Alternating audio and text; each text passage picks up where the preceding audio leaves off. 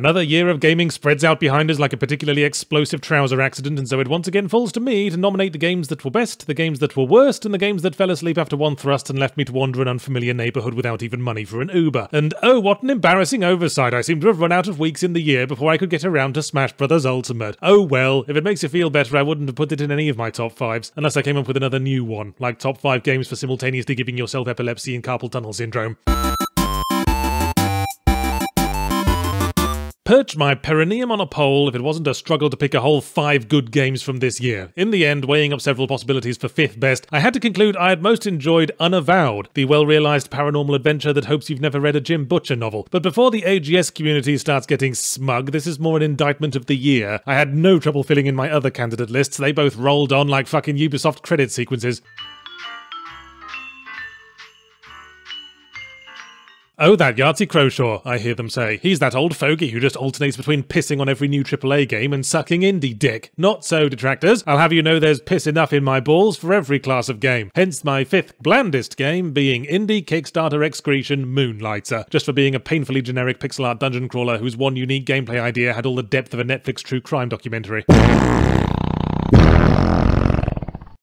Well, let's get the obvious one out of the way quickly, and if every year passes that a new David Cage game doesn't get onto my shit list, then load the family dog with drinking water and canned goods, cause civilization is officially over. Detroit Cumstain, a hack writer who has convinced themselves and others that they're some kind of bold game narrative auteur is bad enough, but when they think they're being profound, it's a McChicken badwitch with a cocklet milkshake. It's gonna have to be Star Control Origins. However buggy the interface or dog shit the subtitle and whatever drama might have been going on behind the scenes, the game is well written, fun, and not afraid to be silly. Remember when science fiction could be fun and silly, when something occupied the middle ground between dry realistic simulators and overly dramatic struggles for the fate of humanity with constant laser explosions until it looks like a rave in an anger management clinic? Now, as any parent of young children will tell you, it's nice when they play together, but forcing them to do so is a highway to screams, resentment, and sky dancers in the eye socket. It's a particularly bad idea to force us to play together to experience your mediocre string of sub-David Cage, slow-time events and movie cliches. A way out. Oh Christ, sub-David Cage, that's a new low, isn't it? That's a limbo dancing contest at the geothermal power plant low. But I digress. Blimey, that dude had a big nose. The main benefit of crowdfunding is simultaneously its main problem. It's a marketplace of ideas, but sometimes only putting an idea into practice can reveal it to be sputtering jizz on a hot skillet, and then you can't just ditch the project because it's already paid for. What must have gone through the minds of the We Happy Few developers as their great idea for a procedural immersive RPG with social stealth elements gradually shaped up to be tosh? Better keep it in early access another year while we finish writing the apology letters.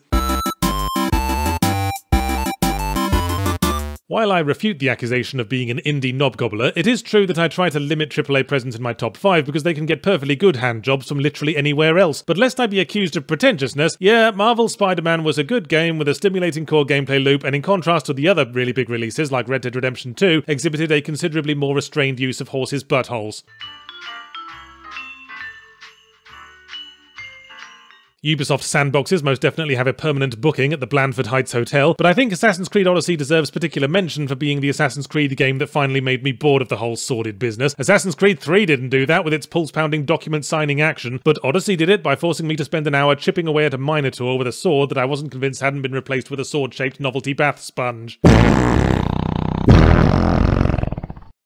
It may interest you to know that all 3 of my lists this year feature a survival game, and furthermore, the worst game lists entry isn't Fallout 76. For all its greedy corporate buggery, misuse of beloved established IP, and being just plain boring and shitty to play after all that, there was another game that beat it on all 3 of those fronts. Look no further than Metal Gear Survive. You can't look any further anyway, because you'll be too busy wincing and tearing up.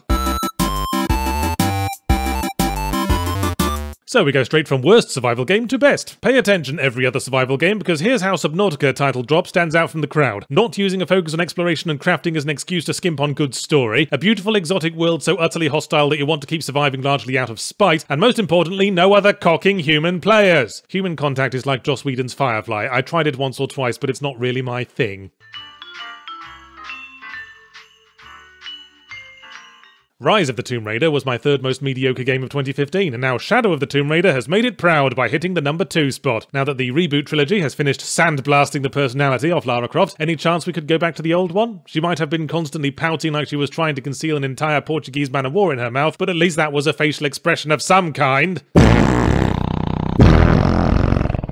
There are some bad games that are bad because they fail in what they set out to do, and then there are those that are bad because they succeed, because what they set out to do was gross and dumb. Agony would have been bad enough with its terrible design and confusing story, but did they really have to construct the entire game world out of moist vaginas? I mean, I normally like vaginas, but now I'll never be able to look at a pulled pork sandwich the same way.